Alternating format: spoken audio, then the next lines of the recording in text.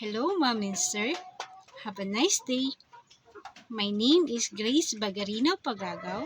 I am 35 years old. I'm from General Santos City, Philippines. I am a single mother.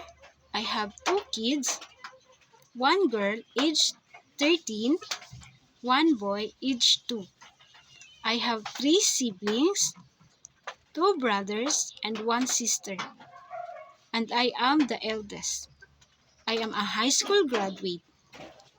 My working experience: I worked as a domestic helper in Saudi Arabia for 3 years and 8 months, from January 2017 to July 2020.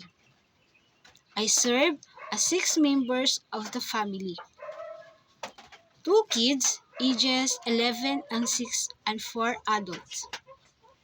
My main duties are ironing, washing, cooking, cleaning, laundry, and also taking care of the children. I am a trustworthy, hardworking, patient, kind, honest, and responsible. And I assure you, Mom and Sir, to treat your children as my own child.